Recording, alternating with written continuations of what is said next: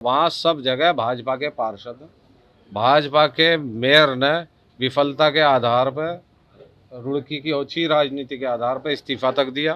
तो जो नए सम्मिलित क्षेत्र हैं उनमें पेयजल की, उनमें जो है सीवरेज की, उनमें नालियों की व्यवस्था इन्होंने क्यों नहीं की? सीवर लाइन की, जल आपूर्ति की, ड्रेनेज की, सड़क की व्यवस्था की जिम्मेदारी किसकी है? कांग्रेस की है जो विपक्ष में। 17,500 रुपये प्रति हेक्टेयर इन्होंने मुआवजे की घोषणा की है, जहां 100% हानि हुई है। और 2,000 रुपये प्रति हेक्टेयर जो है, यानी 2000 में कितने हो गए? 130 रुपये प्रति बीघा।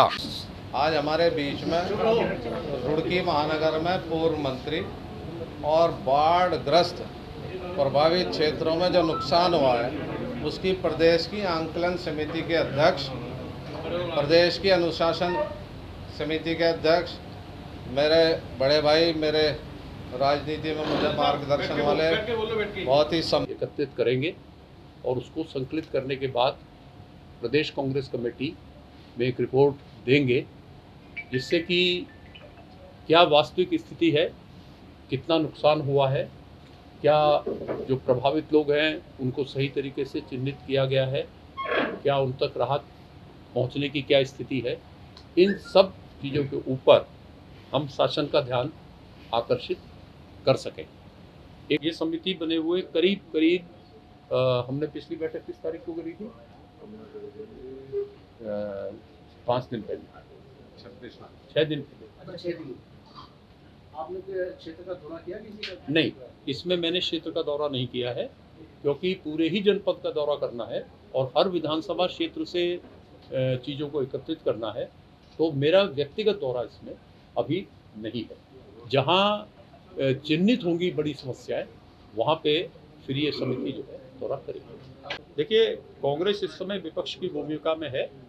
हम प्रशासन पे भी दबाव बना सकते हैं, हम सरकार से भी निवेदन कर सकते हैं, और हम एक सकारात्मक विपक्ष की भूमिका निभाना चाहते हैं, जिससे कि लोगों की जो समस्याएं हैं वो वास्तविक रूप में सरकार के सामने जाएं। देखिए, विपक्ष की भूमिका जो है वो जिस स्तर पे भी होती है, जो भी समस्या है, कांग्रेस उनकी कोशिश है, वो तो पूरे भारतवर्ष से बनाना चाहते हैं। आगे क्या होगा वो तो हमें 24 में पता लगेगा। लगातार इस क्षेत्र में सक्रिय रहे हैं, और जितनी मेरी जानकारी है मैं स्पष्ट कह सकता हूं कि पहले कांग्रेस का नेतृत्व लोगों के पास पहुंचा, और उसके बाद तब राज्य सरकार के प्रतिनिधियों की नींद खुली। हमारे राष्ट्रीय अध्यक्ष खड़गे जी ने स्पष्ट रूप से हमारे प्रदेश अध्यक्ष को जब हमें दिल्ली बैठक के लिए बुलाया था, तो उनको ये निर्देश दिए थे कि वो बाढ़ प्रभावित क्षेत्र का अध्ययन करके आए। उसी के परिप्रेक्ष्य में ये समिति बाद में नहीं, जहाँ हमारे विधायक भी हैं वहाँ भी हम इस आकलन का कार्य कर रहे हैं। आपने सुनहरा मतलब इंडस्ट्रियल 15 तारीख को मैं प्रेमचंद वत्स तिवारी जी, जिनके घर में पानी भर गया, स्काई वार्ड स्कूल वाले तोमर साहब, हम सारा दौरा करके विकास त्यागी मेरे साथ थे। मदद करने की स्थिति, व्यक्तिगत मदद की बात कर रहे हैं या सरकारी मदद की? मैं व्यक्तिगत की बात कर रहा हूं। व्यक्तिगत मदद की सीमाएं होती हैं, और विपक्ष में रहने का ये अर्थ नहीं है कि हम कहीं पे बांध बनाने में सक्षम हो जाएंगे। हम किसी अपने पड़ोसी को या किसी पीड़ित परिवार को खाना खिला सकते हैं, पर कितने दिन तक? हमारा काम लोगों की समस्या को उठाना है। देखिए, हरिद्वार जनपद में बाढ़ की स्थिति की गंभीरता को देखते हुए कांग्रेस पार्टी ने पूरी स्थिति की समीक्षा करने के लिए एक समिति का गठन किया, क्योंकि पूरा हरिद्वार जनपद का कोई हिस्सा ऐसा नहीं है जिसमें प्रभाव ना पड़ा हो। और हम लोग ये महसूस करते हैं, हमारा संगठन ये महसूस करता है, और हमारे जो प्रतिनिधि यहाँ से हैं वो भी इस चीज़ को महसूस करते हैं कि जिस तरीके से सरकार को राहत कार्य करना चाहिए था उसमें कमियाँ रही हैं। क्या कमियाँ रही हैं, हम क्या कहना चाहते हैं, इसकी जानकारी एकत्र करने के लिए आज हमने इस बैठक का आयोजन किया। अभी जो आपदाग्रस्त क्षेत्रों की जो लिस्ट बननी है सरकार के स्तर पर, उसमें भी जानकारी आई है कि जो प्रभावित लोग हैं उनको छोड़ दिया गया है और जो अन्य लोग हैं उनको शामिल। जी, ऐसी शिकायत मिल रही है, इसी वजह से इसका एक विस्तृत अध्ययन किया जाना आवश्यक है। तो अब कांग्रेस का क्या कदम होगा अगर सरकार इसमें कोई सख्ती नहीं बरतती है तो? हम अभी क्योंकि लापरवाही पहले आपके सामने पहले है। हम अपनी जानकारी तो पूरी कर लें। जब जानकारी पूरी कर लेंगे तो निश्चित रूप से तब हम ये तय करेंगे कि हमें आगे किस स्तर पर इस बात अच्छा, आप किसानों की फसल बीघे के हिसाब से कितना मुआवजा दिलाने की मांग करते हैं? अभी मैं कुछ नहीं टिप्पणी करूँगा, ठीक है ना। मैं टिप्पणी जब भी करूँगा जब मेरे पास जानकारी पूरी उपलब्ध होगी। तो जो आपदा प्रभावित क्षेत्र हैं इनके अभी तौर पर किस तरीके से मदद चाह रहे हैं या सरकार किस तरीके से मदद करे? चूँकि अभी जो घोषणा करी थी 25,000 रुपये पर आदमी की वजह से वो भी अब तक पूरी नहीं हो पाई। इसकी भी जानकारी हमारे पास आ जाएगी रिपोर्ट आने के बाद। ये सारी चीज़ें वो हैं जो अलग अलग माध्यमों से हमें प्राप्त हो रही हैं और हमारा मकसद ये है कि हम उसका एक ऐसा व्यवहारिक हल निकाल सकें जिससे कोई भी प्रभावित व्यक्ति उस सहायता से न छूटे जिस सहायता से वो पात्र है। वार्ता जो है वो बाढ़ में जो क्षति हुई है उसके आंकलन के लिए ये बैठक जो है आज आयोजित की गई है माननीय अध्यक्ष जी द्वारा।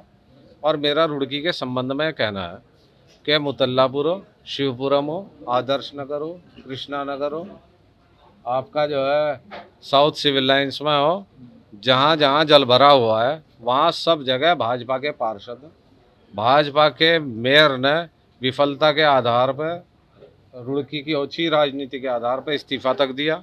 और मैं आपके माध्यम से इस सरकार से पूछना चाहता हूँ कि जब 2013 में नगर निगम का गठन हो गया था तो जो नए सम्मिलित क्षेत्र हैं उनमें पेयजल की, उनमें जो है सीवरेज की, उनमें नालियों की व्यवस्था इन्होंने क्यों नहीं की?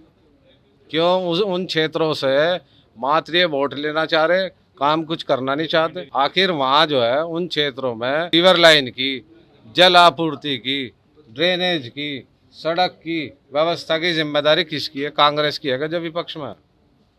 प्रभारी मंत्री से इन सब मुद्दों पर सवाल नहीं किया गया। भाजपा के मुख्यमंत्री कल भी यहाँ आए, एक दिन पहले भी आए और मंत्री लोग आए, सांसद आए निशंक जी। किसी से आपने सवाल किया हो तो बताओ, किसी पार्षद ने किया हो?